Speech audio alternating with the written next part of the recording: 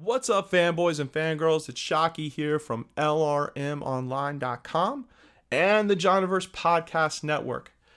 This is a special edition of Daily Cog where I got to interview the two winners from the Her Universe fashion show, Raeven K and Rachel Petterson, along with, get this, the founder of Her Universe fashion line, Ashley Eckstein. Now, you may all know her better as Ahsoka Tano from the Star Wars Clone Wars animated series. And I also got to talk with Andrea Lewis, who is the Vice President of Brand Marketing at Hot Topic. For those of you who are unfamiliar with the Her Universe fashion show, this takes place on the first night of San Diego Comic-Con at the Grand Hyatt, and it is completely packed. They fill up an entire ballroom to see some amazing, talented artists who come up with some of the craziest ideas for fashion and geek couture, for the opportunity to be a part of the Her Universe next brand line that they designed for the following year. This year was a little bit special. The winners actually get to design two brand lines. I got to talk to audience winner Raeven K and judges winner Rachel Petterson about the process of what it took to get from idea to dress to San Diego Comic-Con and to win, and then also what is expected from them here in the future. So take a listen to both winners, and also listen to the very end where we get to sit down with Ashley and Andrea about what's next for the Her Universe fashion show and fashion line. First up in the interview is Raeven K, who came out in an awesome rendition of X-Men Storm that blew the audience away, and rightfully so was the audience winner. Check it out. Nice to meet you. Congratulations on the big win. Thank you. So this has been an unbelievable 24 hours for you. Yeah, you could definitely say that. Getting ready for a fashion show, putting the last little things to your outfits, doing the runway, winning. Yeah. Now your life is just turned all upside down now, right? Yeah, a little bit. It's been a joy though, I can't lie. I'm thoroughly enjoying this. You should. Oh my gosh. So your outfit, it was inspired by Storm from X-Men. Yes. And so it was unbelievable when I saw it in the fashion show. And what makes it so surprising for me is because X-Men, they have iconic costumes, right? I mean, their fashion has been around since the late 70s, early 80s with the first X-Men comics. So what did you do to make sure that you could still resemble Storm, but also make it your own? Storm has very key components. Most of it's the crown. Yes. A lot of it is instantly recognizable as the crown. I kind of wonder if that's what people saw when they started screaming it was the crown, because I did make it very sparkly. Yes, you did. It's a lot of crystals. Between that and the ghost white hair, I think that it's gonna lean more towards, oh, okay, I know who she is. I know exactly who that's supposed to be. And then the lightning, I think, also helps a lot, especially in the dark. The dark entrance is probably kind of telling. It's like, oh, what's going on there? And then we went with clouds, and then her traditional black. I could have gone white, but I think the black for her was going to be a little bit more iconic. Yes. I was really excited to put her in a me, I guess, in a full-length dress, because most of the time we see her in a lot of short stuff. So I was really excited to do that and give her a little bit more elegance. So yeah, it was fun. Was there any last-minute changes or anything to your costume design that you thought was going to happen, and then you're just like, nope, got to switch it? It was the cape. The cape. So I had a plan for the cape, and the day before I got on the flight, the plan for the cape did not work out. So I rushed over to Joann's to pick up some fabric to make it work. I definitely cut that cape here in San Diego in the hotel room. That's amazing. And hand sewed it so that it would go into the collar. But yeah, that was a huge topic of discussion. Most people wanted to touch it, which I understand. It's nice. It's a nice cape. Wow, that's crazy. You would never have thought that doing the fashion show that you put that together. I'm glad no one knew. No, I mean, it was amazing. That is so cool. Now you're getting the opportunity to do not one but two lines through Hot Topic. How do you feel about that? I am excited to work with the team. Yes. As far as corporate teams go, Her Universe is top notch. Oh my goodness. Yes. One, they like each other, which is fantastic. They actually do really enjoy working with each other, and so I'm just excited to be a part of that. Yeah. They're so warm and so welcoming. and I think we're in good hands. So I think we'll come up with something pretty good, and we'll please the fans, and I think that's all that really matters, right? As long as they that's have all good that matters, stuff. right? Do you have an idea of like line-wise or anything you would like to do? I know that that's still far away to figure out, but is there any hopes and, you know? I will make one promise. There will be pockets. There will be pockets. Because last night, that was the number one thing that bothered me, is that I did not have pockets. Oh, It's probably really? the first dress I've made in 10 years with no pockets. Wow. There were nowhere to put them. That's true. Put Yeah. pockets on that dress. So, yeah, I will do my best to make sure there are pockets. That's great. Yeah. Of course, your own dress is, you know, your love and stuff, but was there another outfit there that you just kind of said, oh my gosh, that's amazing? I feel like I'm biased because I was in the X-Men, but Nightcrawler. Yes. We definitely took a lot of photos together. Yes. It's very rare for, I think, especially X-Men cosplayers in this realm, in the Geek Couture realm, to show up with each other at the same time. We were a little upset that we weren't in the same group, but I think it was for good reason. I ended up in like the more nature-y group, so right. it made sense. We understand, but we definitely hung out a lot last night. That's awesome. That's great. Yeah. Up next is Rachel Petterson, who was the judges winner from the Her Universe fashion show. And she talks to us about how she was able to take a childhood toy that she fell in love with as a kid and turn it into an iconic mini dress. Check it out. Well, congratulations on the win. Thank you. It's a crazy 24 hours for you. It has been, but an amazing 24 hours. Yes, I mean, getting ready for the fashion show, going through the fashion show, and then finding out you're one of the winners, and now your life is now changing for the better. Your dress was iconic, I thought. Thank you. The Totally Mini record, it was so funny because my sister had that. we, you know, both 80s kids and stuff, and I remember her playing with the records and having that. So what made you gravitate to that when coming up with the design? So the inspiration for the Her Universe fashion show this year, it was to celebrate Disney. Right. And so when I thought, you know, what do I love about Disney? The thing that came to mind was that joy I had as a child. And my earliest memory of that is that record and playing it over and over and over again. And so, yeah, that was what, you know, drew me to that. I said, you know what, because I also love 80s fashion. I love that we have this 80s revivalism going on in fashion right now. And so it was just this click in my head of, oh my gosh, I could do an 80s inspired Minnie Mouse and just, you know, live my dream. Yes, it definitely had 80s vibes to it. And how did you, I mean, you took the record, which was amazing, and turned that into a dress. I mean, just like, what was your thought process? Like, do I need to include more black because it's a record? Do I need to just keep it true to Minnie, or? So I took Minnie's aesthetic, I would say, but I really tried to draw in a lot of elements of the playfulness that is associated with Minnie and with the record. I mean, the songs are fun. They're still fun today. And so yeah, I mean, I incorporate a number of little details, you know, like the dots all have black outlines because Minnie's a cartoon character, and the earrings were the records themselves. So that was so it was basically taking Minnie's aesthetic and then molding it into a way that hopefully you would, I don't know, feel like you were in a 1980s music video. Oh, definitely, yes. Was there anything in your design that you were hoping for but didn't come into play, or just, you know, you had to make slight changes to it? So there were definitely trial and error. Right. In fact, many of the things that I tried, I would love to use. They didn't work for this, but I would love to use them for a different look.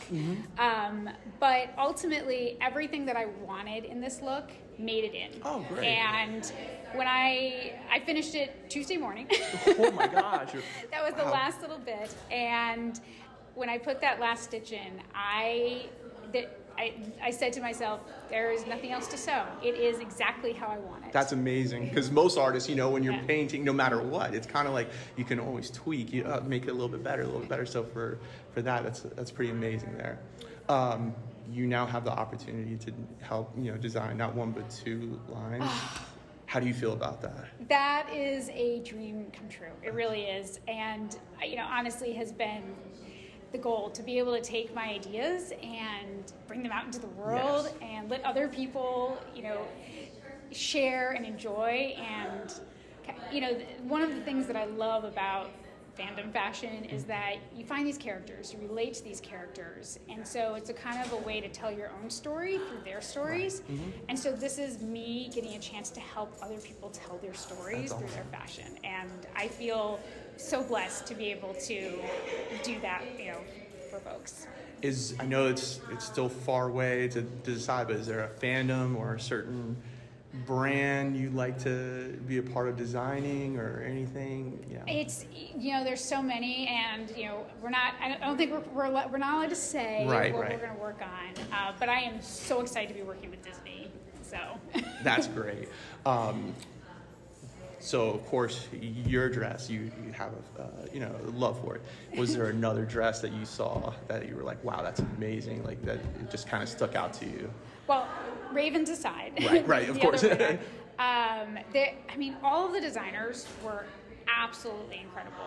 Being backstage I spent most of the backstage ogling other, looking at the tiny details that, honestly, I feel bad that the rest of the audience doesn't get to really zoom in on those the way I did. But I also got to see how they were constructed. It would be really, I don't know if I could. You don't know. I could list off, 10 of them, Right, yeah. 12 of them. There were so many that I would wear myself. That's awesome. Yeah. How did it feel having that dress for the first time, being out on that runway and having everyone just cheer you along and being so supportive of it? It was unreal because, one of the things, and this is why I wanted to enter the Her Universe fashion show, even the first time I saw it, is that it's just this wonderful, warm community. So when you walk out on that stage, it's like walking out to all your friends and families. Right. And you're just in this incredibly supportive community that is cheering you on. You know that everybody there is there for you and is so as excited to see you as you are to be showing them. Mm-hmm. For me, it was my first garment on a runway, so really? That was thrilling for me. Oh my gosh, that's amazing. For the first time? Yeah. And win and everything? That's a great way to go out. To start off with. So next year will be the 10th anniversary, or the 10th showing of it. Are you planning on coming back for the Her Universe fashion show? Yeah, because as one of the winners, I will be one of the judges for next year. That's awesome. Yeah. How do you beat all this that just happened just for the 9th one? All the fashion, all the prizes, the special, the co-host, how do you top that, you think? Well, I have no idea, but I know that the Her Universe team is amazing after working with them just for, this one, and I can't wait to do the rest of the year. They do such an incredible job coordinating everything, and the ideas and love they put into it, I have no doubt they will. Oh my gosh. So last question, what advice would you give to the future Her Universe fashion aspirees out there? If you're considering doing it, do it. Definitely, don't worry about, am I good enough? Am I not? Just do it. And as somebody who it took multiple times to apply, if at first you don't succeed, keep trying. Keep trying. Your dreams do come true. And they do. Last but not least, I got to sit down with two lovely ladies, Ashley Eckstein and Andrea Lewis, and they kind of talked about what's next for the Her Universe fashion show, and also what is in store for these two winners, how that process actually works and going to a brand line. So check it out right here. So how does it feel to finally be done with the fashion show? It feels like we're never done. No, right? We're starting to work on next year already. I know. I think it's funny. I'm still kind of riding high from last night, and several of the questions this morning of like, well, next year's year 10. How are you going to top it? And I'm like, oh my gosh, I'm not there yet. This is a show that we work on year round. Right. Yeah. And so it never stops.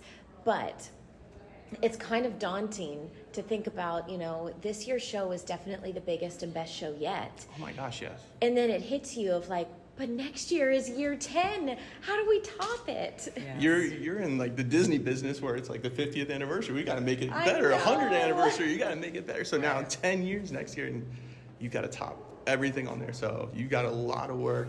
No pressure. No pressure at all. Yep. So the two winners, we have Rachel and Raeven. Just give me your thoughts on, what made them special and stand out, to be the winners. So me and Ashley are not intimately involved in picking the winners, probably for obvious reasons, because we're too close to it. Yes. So it's hard to pick a favorite. It's almost like picking your favorite child in a way. When I see, and I was talking about this earlier today, when I see all of the designers walk out every year on that stage, and you can just see they know that that's their kind of 60 seconds of being able to sell their design, and you see the pride on their face, and it's like, all of the work is actually paying off for me. I'm standing in this ballroom, there's thousands of people in here, and this is my moment. That to me it's so hard to choose. And thankfully I'm not on the committee that chooses, but it would be such a difficult decision because you can really see the hard work that everyone puts into their look. Yeah. Especially with the fan choice. I mean, oh yes, that's a lot of votes to count in a very short amount of time. Oh, I've seen it. I've seen that process take place. It's really, really interesting to see the dedicated team of people who stand backstage and who are quickly looking through and counting all the ballots. It's a really fun time. But that gives Ashley the opportunity to have a great time with the audience and have them walk the runway, and we're able to do that too, and give everybody in the audience their moment in the sun as well, which is nice. And that's what our show is about. I mean, I think, the two themes as we celebrated 100 years of Disney last night was really celebrating fandom and fashion. Yes. And so obviously fashion takes center stage. We were highlighting fashion from literally the entire 100 years of Disney. But it's really all about the fandom. Our show wouldn't be around. We wouldn't be going into year 10 if it weren't for the fans showing up year after year. And not only are our designers fans, but that's why it's so important to give the audience a chance to walk the runway, because, this is the chance for everyone to step into the spotlight and just be celebrated, because that's what San Diego Comic-Con is really all about. Fandom takes center stage, and so I'm thrilled that we got to do that last night. I'll say something. Think it was the most amount of people. Oh my gosh, yes. When Ashley made the call and half the room stood up, I was like, oh, this might take a moment. I felt odd man out, like not getting up. I was like, the first year it was like a nice group of people, and every year even that's grown. Yeah. Absolutely. Did you see the look on our faces? Yeah, it was. I was standing at the back of the room at that moment because I actually walk around the room the entire night of the fashion show. I don't sit in a chair because I like to just watch it from different angles and see the different vantage points. And when the lights came up and then half the room stood up, I was like, oh my gosh, how are we going to get all these need a bigger runway. Right, we definitely need a bigger runway. But you know what? Ashley did a great job at greeting everybody as they came up and giving them their moment with Ashley too, which is the other part I think is important. Ashley is so revered and loved by this community, which has been such a beautiful thing to watch, that, for them to be able to walk up on stage and see her, even if it's just for that fleeting moment, and she greets every single person, if you saw last night, and said hello to them before they made their way off the stage, it's a really fun thing for the fans too. It's amazing. Your dress last night. Yes. I took a video of it and I sent it. I have two young daughters, 7 and 9. I sent it to them last night, and they're all the way on the East Coast. So it was way they should have been in bed. But I sent it to my wife. I was like, show this dress to my daughters.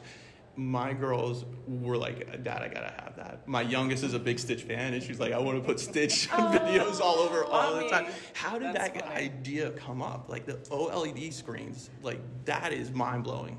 Well, I've had this dream for about 5 years.